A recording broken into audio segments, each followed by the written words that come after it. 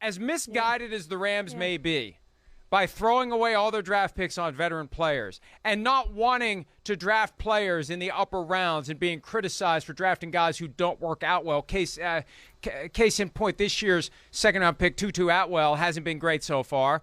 Better to use that pick on a veteran player. So a second and a third-round pick, 2022, goes to the Denver Broncos for Von Miller. Aggie great, Von Miller, one of the best defensive players of the last decade.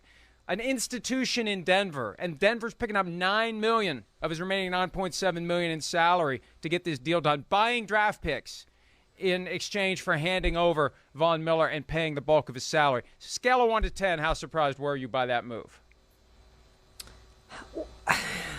Probably a 9 or a 10, Mike, simply because I thought the Broncos would feel like they were still in it at 4-4 after that win yesterday. That win, by the way, without Von Miller, who has that left ankle injury that may or may not keep him out this week and who knows how much longer. But I was surprised simply from that. They didn't seem to me to be sellers, and we can get on a kick about the trade deadline is way too early in a 17-game season, and I think it is. But because it's so early, I really thought the Broncos would retain their players and try to go make the playoffs, and they didn't do that. So maybe they're sellers now. Maybe this is the first of many moves for them. But I tell you what, I was impressed by what the Rams have done. To me, they'd already put their chips in the middle of the table, and they even pushed them a little farther out there. They have 4 picks left in 2022. Now, they are supposed to get 5 compensatory picks, but the fact is they've traded all these picks away to try to win this year, try to win now. Von Miller becomes a free agent after this season. They want to win now. They don't care what it's going to cost them. This is their year. And, Mike, don't you think it puts a lot more pressure on the other NFC contenders, which there are a lot of them, to go make some moves before tomorrow? Yeah. Matt LaFleur, head coach of the Packers, says they're working hard at the deadline, and who knows who they're trying to get. Odell Beckham Jr. had 1 catch for 6 yards yesterday, his lowest output for a full game ever. And I've been rattling that cage a little bit. Yeah. Maybe the Browns should consider trading him because they're really not getting value for him, and maybe there's somebody else out there who would. But the Rams are doing it. And I loved this gif, the Teddy KGB gif at first until I realized he lost. So don't go all don't use that. The rest of the story is he lost when he went all in. But they are going all in. And there's no guarantee they're going to win the Super Bowl. But this is what a team does when it's really trying to win the Super Bowl. To the extent that it's mortgaging its future efforts and opportunities to win the Super Bowl, it's trying to win it now. Oh, no question, Mike. And when you look at what this does for their defense hasn't been as good as it was in the past. Can you imagine Von Miller and Aaron Donald together? He's going to play opposite of Leonard Floyd.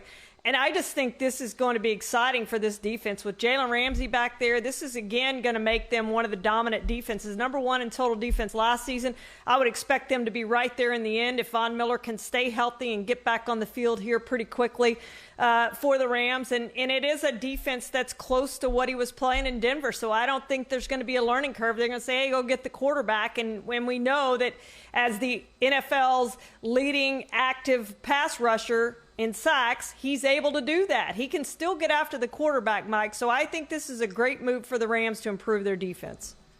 Here's Von Miller, emotional, leaving the facility of the only team for which he had played before today. A top 5 pick in 2011. Von Miller on his way out of Denver. It's surprising. I love, the Denver Broncos. It's just, everything is just still, new, and it's hard to, really put the emotions into words. This is all I know. This is all I, ever knew playing pro sports. Here with the Denver Broncos, I've been here through the ups and the downs. And, it's always tough whenever you leave, though. But I love all my fans. I love Broncos country. When I said Broncos for life, I meant that, and it'll always be on my heart. It's an honor and a privilege to, play here. John Elway picked me in, and, it's life-changing. Ever since then, being able to play with Peyton Manning, DeMarcus Ware, Champ Bailey, Brian Dawkins, Tim Tebow, all of these guys, man. And it's an honor and a privilege, and it's still kind of hard to put it in words. It's still kind of raw, but I thank you, thank everybody, and off to LA. Wow, he even mentioned Tim Tebow.